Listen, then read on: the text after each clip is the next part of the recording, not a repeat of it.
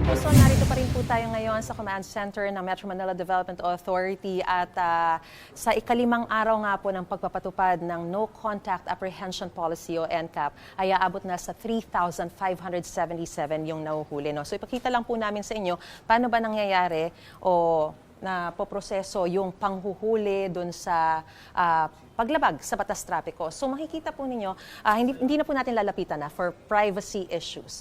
Pero dun sa pinakaunang row po sa may harapan, sila po yung mga tauhan na nagmo-monitor dun sa mga lumalabag sa mga batas trapiko manually.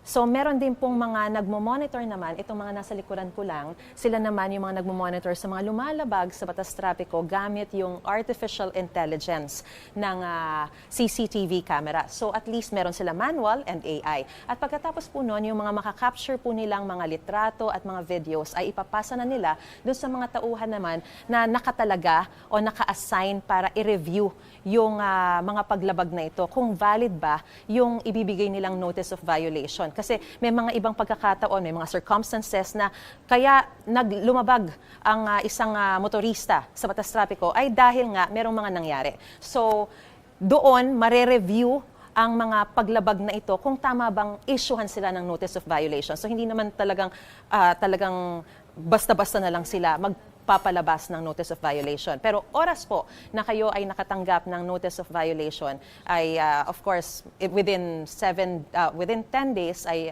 7 days ay matatanggap niyo po 'yan. Pero sinasabi nga po sa atin ng MMDA ay in the future magkakaroon daw po sila ng app para mas mabilis na matatanggap yung violation.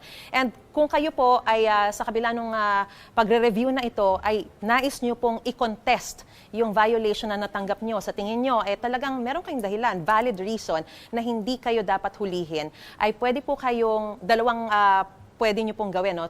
Pwede po kayong pumunta dito sa MMDA, physical na office para mag-contest or magreklamo sa kanilang Traffic Adjudication Division. O di kaya ay pumunta kayo sa MMDA page, hindi na kailangang physical na pumunta dito. Puntahan niyo po yung MMDA page, puntahan niyo po yung QR code doon, iscan niyo po at may lalabas na Google form. Ito po, yung online filing of contest on traffic apprehension.